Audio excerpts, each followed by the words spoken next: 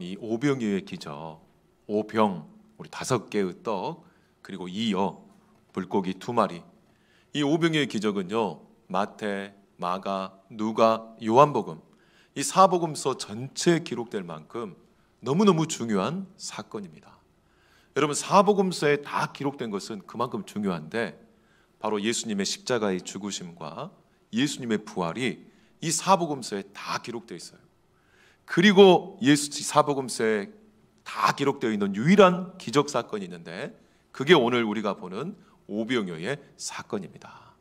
바로 수많은 사람들이요, 예수님께 말씀을 듣고 예수님의 사랑의 음성을 듣고 정말 영적인 치료를 받고 육체적인 치료를 받기 위해서 계속해서 모여들었어요.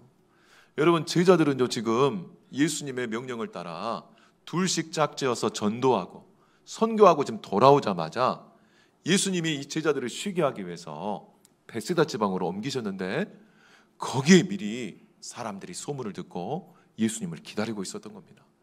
그래서 예수님께서 그 사람들을 거절하지 않으시고 또 하나님의 말씀을 가르쳐 주시고 또 고쳐주시고 치료해 주시자 날이 저물어 버린 겁니다.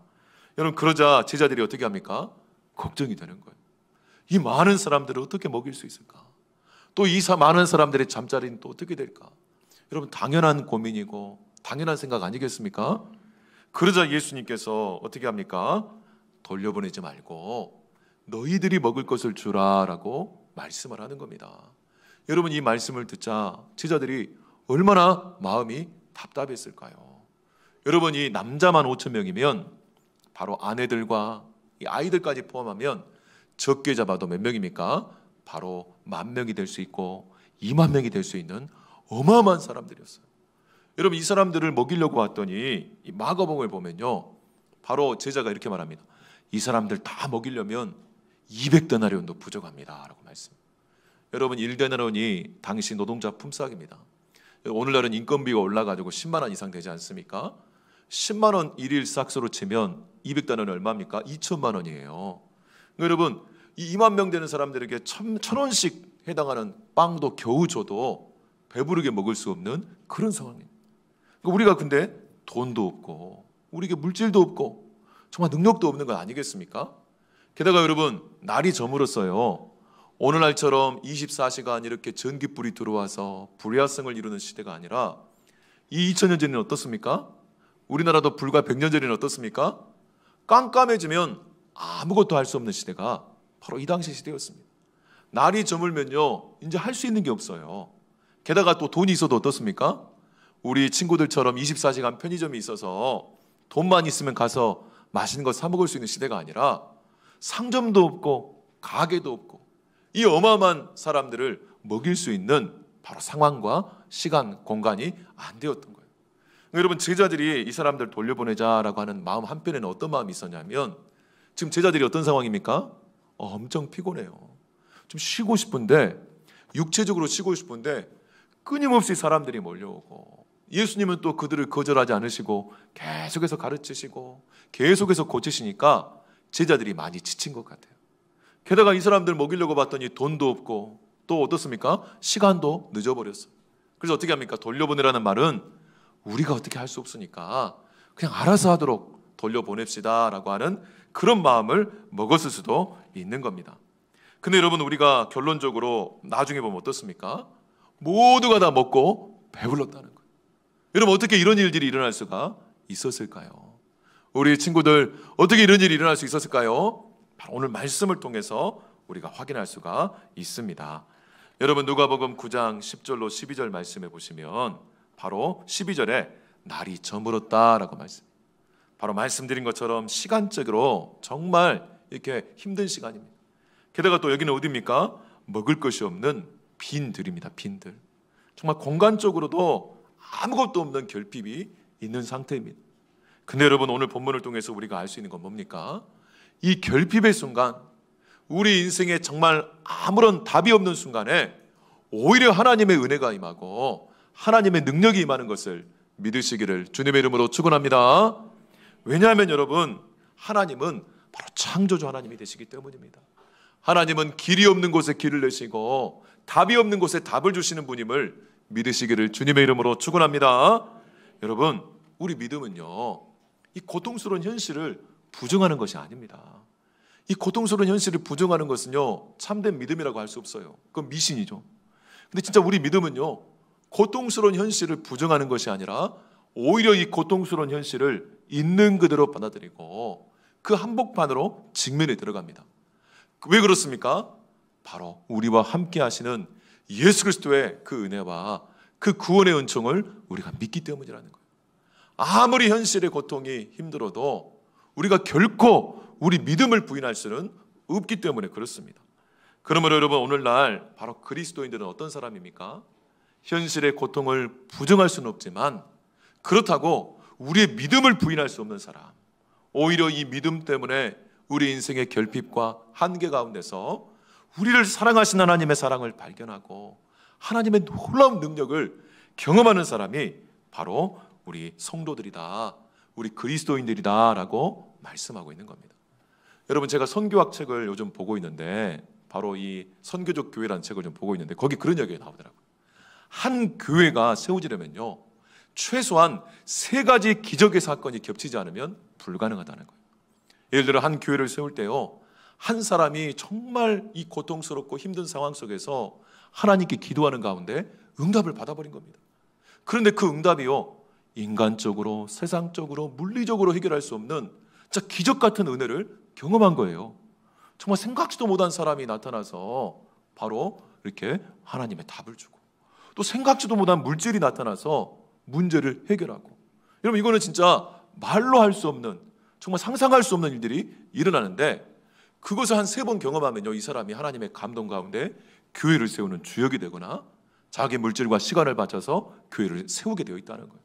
아니면 한 사람의 하나씩 해가지고 3사람이 됐든지 그러면서 교회가 세워간다는 거예요.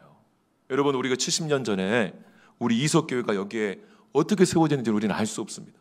그렇지만 한 가지 확실한 것은요, 기적 같은 하나님의 은혜를 바로 결핍과 한계 가운데 체험하고 경험한 사람들이 바로 이것 가운데 교회를 세우고 헌신하고 순종했기 때문에 우리 교회가 70년 동안 존재한 줄 믿습니다. 제가 지난 수요일과 금요일에 말씀드렸는데요, 제가 요즘 이 정필도 목사님, 부산 수영록교회 원로 목사님이신데 그분의 이 좀 책들과 설교집을 좀 보고 있는데요, 보면서 참 이렇게 은혜가 돼요. 여러분, 제가 경륜이 미천하다 보니까 다른 분들의 이제 책들을 보면서 간접 경험을 하게 되는데, 여러분, 간접 경험을 해도요, 얼마나 은혜가 되는지 몰라요. 저는 이 부산 수영록교회라는 교회가 정말 이 한강 이남에 우리 합동교단에서 가장 큰 교회거든요. 등록 숫자는 한 4만 명 되고 출석 숫자는 한 2만 명 이상이 된다고 하는데, 제가 수영록교회를 여러 번 갔었습니다. 이전 교회에서도 여러 사역들 때문에 세미나로 가기도 하고 했는데, 그 교회는 갈 때마다요, 큰 대형 교회인데도 불구하고 시골 교회 같이 따뜻하고 정말 이렇게 정말 따뜻한 느낌이 들 때가 참 많았어요. 참 그 이유가 뭘까? 아마 기도 때문인 것 같다. 아마 성령께서 하나님의 사랑을 좀 부어주셔서 그런 것 같다. 그렇게 막연하게만 느끼고 있었습니다. 근데 제가요, 이분의 책을 읽다 보니까 이 수영록 교회가 처음 설립이 된 원인을 알게 됐어요.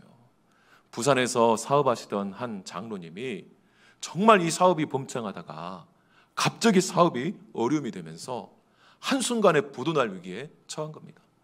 온 가족이 정말 그야말로 정말 모든 것을 잃고 정말 바깥에 정말 나아갈 그런 상황 가운데서 계속해서 죽고 싶은 심정이 들었던 거예요.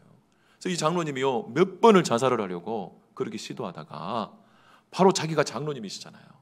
그래서 정말 하나님께 기도해야겠다는 그 마음으로 그렇게 금식하며 기도하면서 하나님 앞에 서원했어요. 인간적으로는 아무런 방법이 없는 상황, 도무지 해결할 수 없는 상황인데 그렇게 금식하며 기도하면서 서원 기도를 했는데 진짜 하나님께서 그 기도를 기적같이 응답해 주셔가지고 이분이 사업이 풀리기 시작하고 정말 이 역전되는 상황들을 경험하면서 결국은 이분이요, 바로 교회를 설립하기 위해 이 재원을 마련하고 어떤 목사님을 모셔야 될까 그렇게 기도하며 수소문하다가 이 정필도 목사님을 서울로 찾아가가지고 그분을 모시고 교회를 설립하게 됐다는 겁니다. 여러분, 그 교회도요, 한 사람이 고난 가운데 결핍 가운데 하나님 앞에 눈물로 금식하며 기도하는 가운데 그 응답을 받고 그 소홀한 것을 갚기 위해 순종한 결과 한 교회가 세워지게 되었다는 거예요. 여러분, 이 정필도 목사님은 분도 저는 잘 몰랐는데 어떤 분이냐면 어렸을 때 아버님이 일찍 돌아가셔서 홀어머니 밑에서 크신 거예요. 근데 이 어머니가 돈을 모으는 재주는 없고 돈을 쓰면서 빚지는 재주만 많으셨대요. 그분 표현의 말씀. 그래서 너무너무 가난하게 사신 거예요. 너무너무 가난하게. 정말 내 인생에 무슨 소망이 있을까 싶은 그 순간에 이 서울 창신초등학교 다닐 때 자기 옆에 있는 짝꿍이 자기에게 교회 가자고 전도를 한 겁니다. 초등학교 6학년 때 친구 따라 서울 창신교회를 다니기 시작한 거예요. 그게 믿음의 시작인 거예요. 근데 이 친구의 형님이 당시 서울대를 다녔는데 얼마나 신실하고 당시에 정말 이 첫사랑이 감격 가운데 있어가지고 자기 친구뿐만 아니라 전도한 자기까지 데리고 다니면서 그렇게 전도하고 함께 기도하고 그리고 집회를 찾아다니면서 어렸을 때 이 성령의 체험을 하게 됐대요. 자기 인생에 아무런 소망이 없으니까 정말 예수님 안에서 소망을 발견하고 그렇게 어렸을 때부터 하나님을 경험하고 기도의 체험을 강하면서 그러면서 하나님이 자기 인생을 풀어가기 시작했다는 거예요. 근데 자기 인생을 보니까요, 정말 자기가 자기 그 친구 형처럼 서울대를 가고 싶었는데 자기 실력도 안 되고 자기 형편도 안 되는데 그냥 소망을 가지고 기도했대요. 하나님, 저도 저 친구 형님처럼 서울대 가고 싶습니다. 그리고 저렇게 기도의 은사를 받고 싶고 하나님께 귀하게 쓰임받고 싶습니다. 제가 가난해서 하나님께 헌금 드릴 수는 없지만 제 인생을 주님께 드려서 쓰임받고 싶습니다. 그렇게 기도했는데 그 기도로 자기 평생을 살고 이분이 서울대 불문과를 들어가거든요. 그 과정도 참 재미있는데 아무튼 제가 말씀드리고 싶은 건 뭐냐면요, 여러분 성경에도 보십시오. 수많은 우리 믿음의 선배들과 믿음의 인물들이 다 언제 하나님을 만났습니까? 정말 결핍의 순간에, 정말 인생의 한계의 순간에 하나님 앞에 엎드리고 하나님을 의지했을 때 하나님을 만난 것입니다. 여러분, 홍해 앞에 선 모세를 한번 생각해 보십시오. 뒤에서 애굽의 군대가 죽이려고 쳐들어오고 앞에는 큰 대해가 가로막고 있을 때 할 수 있는 것이 아무것도 없잖아요. 근데 하나님께 기도했을 때 하나님이 바다를 가르시고 망망대해를 가르시면서 길을 내신 것처럼, 또 여러분 야복강에 있는 야곱을 한번 생각해 보십시오. 평생 자기 꾀로 머리 굴리며 살았는데 이제는 도망칠 수 없는 상황인 거예요.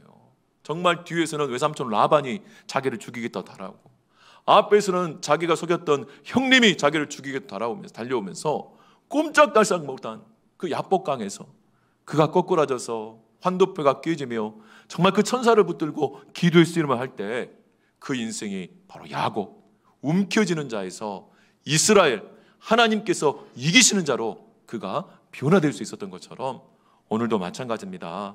우리가 이 고통스러운 현실을 부정하는 것이 아니라 고통스럽기 때문에 우리가 믿는 하나님을 의지하고 우리에게 주신 이 소망의 말씀을 붙잡고 기도할 때 하나님께서 우리 가운데 길을 내어주심을 믿으시기를 주님의 이름으로 축원합니다. 그래서 이 결핍 가운데 우리가 여러분 믿음으로 나아가면요, 이렇게 믿음의 근육이 길러지는 거예요. 여러분, 교회가 성장한다고 하는 것은 양쪽으로만 성장하는 것을 말하는 것이 아닙니다. 여러분, 우리가 살이 계속 늘어나면 이게 여러분 성장하는 겁니까? 비만이잖아요. 사람들은 엄청나게 많은데 이 사람들이 근육이 있는 게 아니라 살덩어리예요. 그럼 여러분 건강을 해치게 되어 있습니다. 근데 여러분, 우리가 이 고난과 한계 가운데서 우리가 정말 이 믿음의 씨름을 감당하다 보면요, 주님의 말씀만을 의지하고 기도하다 보면 영적인 근육이 길러지면서, 영적인 근육이 길러지니까 어떻습니까? 하나님의 영광을 나타내고 하나님의 은혜를 나타내면서 진짜 하나님의 역사를 만들어갈 수 있는 것입니다. 여러분, 제가 책을 보다 보니까 이 마스시다 고노스케라는 사람이 있습니다. 이 사람은 일본뿐만 아니라 미국 타임즈에서 선정한 세계 경영의 신으로 불린 사람이에요. 100년 전에 태어났던 사람입니다.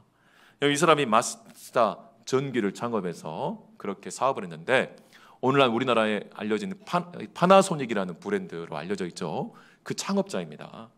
이분이 그런 이야기를 했어요. 타임즈와 인터뷰하면서 가난한 것과 허약한 것과 못 배운 것은 하늘이 내게 준 축복이다.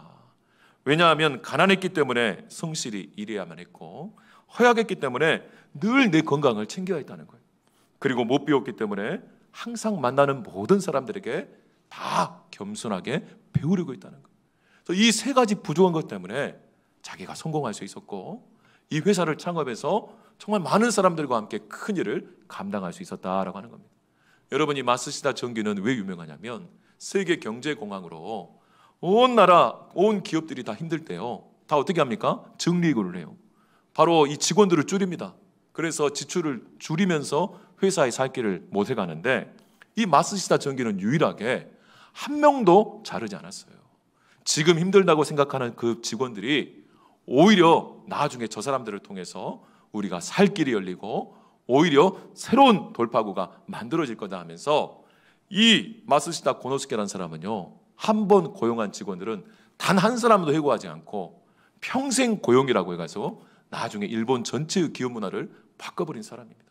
여러분, 우리가 생각했을 때는요, 게으른 직원, 우리가 생각했을 때는 별 능력이 없는 직원 잘라야 하잖아요. 그것도 정말 성장 가도에 있는 것이 아니라 공황 상태에서 기업의 존폐가 위기에 달려 있는데, 그렇지 않다는 거예요. 지금 부족해 보이고 지금 힘들어 보이는 사람들과 함께 가족이 되고 함께 이 위기를 극복하려고 우리가 공동체가 될 때 오히려 회사가 살 길이 열리고 오히려 성장하게 돼 있다. 여러분, 우리가 생각하면 정말 바보 같은 그런 결정이지만 당시에 그래서 이 사람을 다 손가락질했어요. 근데 놀랍게도요, 경제공황이 끝나면서 이 회사가 성장 가도를 달리기 시작하면서 어마어마한 성과를 거둔 것을 우리가 확인할 수 있습니다. 그래서 1962년에 타임즈에서 이분의 인물을 딱 거론하면서 세계 경영의 신이다라고 그렇게 인정을 받은 사람입니다. 제가 드리고 싶은 말씀은 그겁니다. 우리가 결핍과 한계와 고난의 순간에 있을 때 우리는 어떻습니까? 끝나버렸다. 배려버렸네. 여기 이제 소망이 없어. 그러면서 우리는요, 빨리 떠나버리려고 하고 그냥 포기해버리려고 합니다. 그런데 그렇지가 않다는 거예요. 오늘 오병이어 사건도요, 정말 빨리 사람들을 떠나보내버리고 포기해버리고 싶은 그 순간에 하나님께서, 예수님께서 오히려 이 결핍과 한계를 통해서 우리의 믿음의 근육을 길러내시고 새로운 영적인 돌파구를 만들어 가심을 믿으시기를 주님의 이름으로 축원합니다. 그래서 이런 상황에서요, 우리 13절 14절 우리 같이 한번 읽어볼까요? 누가복음 9장 13, 14절 시작. 예수께서 이르시되 너희가 먹을 것을 주라 하시니 여짜오되 우리에게 떡 5개와 물고기 2마리밖에 없으니 이 모든 사람을 위하여 먹을 것을 자지 아니하고서는 할 수 없사옵나이다 하니 이는 남자가 5,000명 되밀어라. 제자들에게 이르시되 때를 지어 한 50명씩 앉히라. 아멘. 여러분, 이런 상황에서 예수님이 뭐라고 말씀합니까? 너희가 먹을 것을 주라. 이런 말도 안 되는 이야기죠. 남자만 5,000명이고 전체 하면 2만 명 되는 사람을 12명의 제자들이 어떻게 다 먹일 수가 있습니까? 여러분, 게다가 말씀드린 것처럼 전도사역을 마치고 제자들이 막 복귀했어요. 육체적으로도 쉬지를 못했기 때문에 너무너무 힘든 상태였어요. 탈진 상태였고 물질적으로도 여러분 음식은 말할 것도 없고 돈도 없는 상태였기 때문에 제자들이 할 수가 없었어요. 그래서 여러분, 제자들이 정말 할 수 없다고 지금 거부하고 있는 것입니다. 근데 여러분, 여기서 예수님 뭐라고 합니까? 너희가 라고 했어요. 너희가. 여기서 말한 너희는 누구입니까? 바로 예수님의 제자들이에요. 여러분, 우리가 살펴보지 않았지만 누가복음 9장 1절부터 바로 9절까지 예수님은 제자들에게 당신의 능력과 권위를 주시고 둘씩 짝지어서 마을마다 선교사로 파송했습니다. 근데 놀라운 것은요, 이 예수님의 능력과 권위로 제자들이요, 정말 병자들을 고치고 귀신들을 쫓아내면서 진짜 어마어마한 예수님의 능력과 권세를 체험하고 흥분하고 돌아왔어요. 막 예수님에게 자랑하고 그랬던 제자들이에요. 여기서 이 너희는 누구입니까?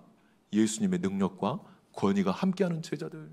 방금 전까지 예수님 때문에 흥분해가지고 믿음이 충만했던 그 제자들에게 바로 너희가 먹을 것이라 라고 하는 거예요. 여러분, 그렇게 은혜가 충만했던 제자들도요, 이 물질의 한계 앞에서, 바로 현실적인 문제 앞에서 안 된다고 바로 확 바뀌어버리는 것을 볼 수가 있습니다. 여러분, 이것이 우리 연약함입니다. 방금 전까지 성령의 권능과 능력을 맛보면서 병자들을 치유하고 귀신들을 쫓아냈는데 이 물질적이고 현실적인 문제 앞에서 안 된다고 바로 예수님께 묻지도 않아요. 이건 안 되는 겁니다. 예수님 빨리 보내십시오라고 지극히 현실적으로 돌변하는 것을 볼 수가 있습니다. 여러분, 여기서 먹을 것을 주라 했는데 먹을 것은 뭡니까? 이 먹지 못하는 이 문제의 해결책을 얘기하는 것이죠. 근데 여러분, 여기서 예수님이 말씀하시는 너희가 먹을 것을 주라는 뭘 말하는 겁니까? 바로 너희에게 앞서 주었던 예수님의 능력과 권위를 나눠주라는 거예요. 더 나아가서 바로 제자들에게 뭘 원하는 겁니까? 당장에 너희 자신을 나눠주라는 거예요. 여러분, 우리가 선교지에 선교를 하러 가서 정말 많은 물질을 가지고 가서 사람들에게 당장에 많은 음식을 나눠주고 또 많은 필요한 것들을 나눠줄 수 있습니다. 근데 뭘 나눠주기 쉽지 않습니까? 우리 마음을 나눠주기 쉽지 않아요. 나를 나눠주기 쉽지 않아요.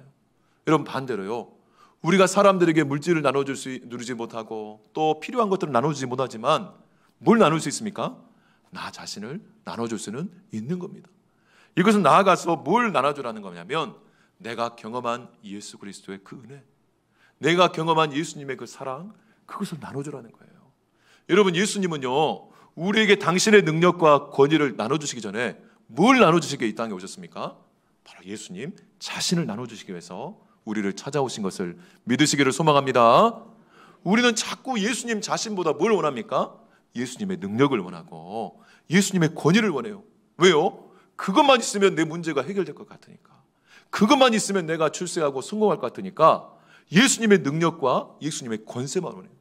근데 여러분, 예수님은요, 하늘 아버지의 권세와 능력을 다 내려두시고 어린 아기의 몸을 입고 예수님 자신을 주시기 위해 이 땅에 오셨어요. 예수님이 왜 기적을 행하시기 전에 먼저 말씀부터 증거합니까? 이 말씀을 통해 자기가 누구이신지를 알려주시면서 이 말씀을 통해 우리가 인격적으로 교제하고 예수님을 알아가고 예수님을 경험하기 위해서, 한마디로 말하면 예수님은요, 이 능력과 권세보다 예수님 자신을 우리에게 먼저 주시기를 원했다는 겁니다. 오늘도 마찬가지입니다. 우리가 이렇게 예배드리는 이유도, 말씀 보고 뜨겁게 기도하는 이유도 뭔가 문제를 해결하기 이전에 예수님을 이용해서 예수님의 능력과 권세를 사용해서 뭔가 우리의 교회의 성장을 이루고 부흥을 이루고 또 우리 필요한 것들을 해결하기 이전에 우리가 가장 먼저 해야 할 것은 뭐냐면 바로 예수님 자신을 경험하는 겁니다. 그리고 예수님께 우리 자신을 드리는 거예요. 이것이 먼저 되어질 때요, 우리가 어떤 결핍과 한계 상황에서도 우리는 낙심하지 않고 나와 함께 하시는 예수님의 그 은혜 가운데서 인내할 수 있고, 그리고 하나님이 역전시키시고 상황을 바꾸실 때까지 기다릴 수 있고, 그리고 진짜 상상하지 못한 능력을 경험할 수가 있는 것입니다. 여러분, 지난주 목요일에 제가 한 달에 한 번씩 하나복 목회자 모임을 참여해서 이제 더운우리교회 가지고 또 우리 지역에 한 5분의 목사님들하고 한 달에 한 번씩 교제하거든요. 근데 한 목사님이 이런 얘기를 하는 거예요. 정말 토요일 날 오후에 이제 설교 준비를 하려고 하는데 정말 너무너무 설교 정리가 안 되고 시간은 다 되어지고 답답하고 불안해서 그렇게 힘들었대요. 여러분, 이게 설교를 준비하는 것이 한편으로는 참 영광스러운 일이고 감사한 일이지만 또 얼마나 부담스러운 일인지 모릅니다. 저도 마찬가지예요. 토요일 오후가 제일 힘듭니다. 근데요, 그렇게 막 스트레스 받고 있는데 7살 난 딸이 갑자기 톡톡 두드리면서 목양실로 들어오는 거예요. 아빠 하고 들어오는데 이제 목사님이 너무 힘드니까 얼른 가라, 아빠 하나님 말씀 준비해야 돼 하는데 이 딸이 무시하고요, 컴퓨터하고 목사님 사이에 딱 들어와가지고 목사님 무릎에 딱 앉더라는 거예요. 그러면서 이 딸이 초롱초롱한 눈빛으로 이 목사님을 보고 그렇게 질문을 하더래요. 아빠는 하나님이 더 좋아, 가족이 더 좋아? 그렇게 질문하니까 이 목사님이 평소에 이 자녀들에게 가정 예배하면서 하나님이 가장 먼저다, 하나님이 첫 번째다, 그렇게 가르쳤기 때문에 당연히 하나님이 더 좋지라고 그렇게 말했대요. 그러니까 이 딸이요, 정말 고개를 흔들면서 이렇게 말을 하는 거예요. 아빠 틀렸어요. 가족이 더 좋아요. 왜냐하면 하나님도 우리 가족이시잖아요. 그렇게 말을 한다는 거예요. 그 순간에 이 목사님이요, 눈물이 핑 돌면서 마음이 무너졌다. 저도 그 말씀을 듣는데 눈물이 핑 돌더라고요.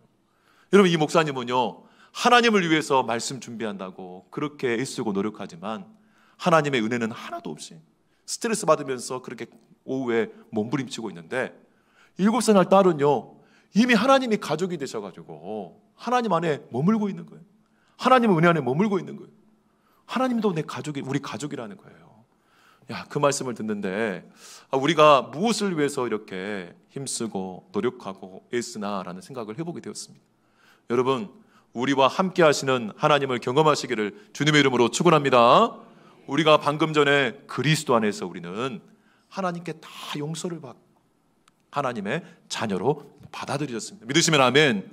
이 그리스도 안에서라는 게 뭐냐면요, 내 애씀과 내 노력과 내 공로가 아니라 바로 예수님이 다 이루어주신 예수님의 공로 때문에 내가 다 용서를 받고 하나님께 다 받아들여졌다는 거예요.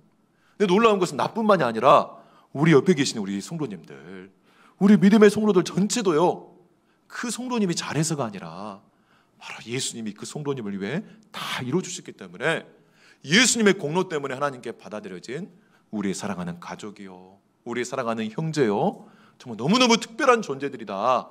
이게 바로 여러분 복음입니다. 그렇기 때문에 여러분, 이 고난과 어려움 가운데 계신 성도님들, 당장의 그 문제를 생각하면 억장이 무너지고 힘들고 어려우시겠지만, 오히려 그때가 하나님이 일하시는 때임을 믿으시기를 주님의 이름으로 축원합니다.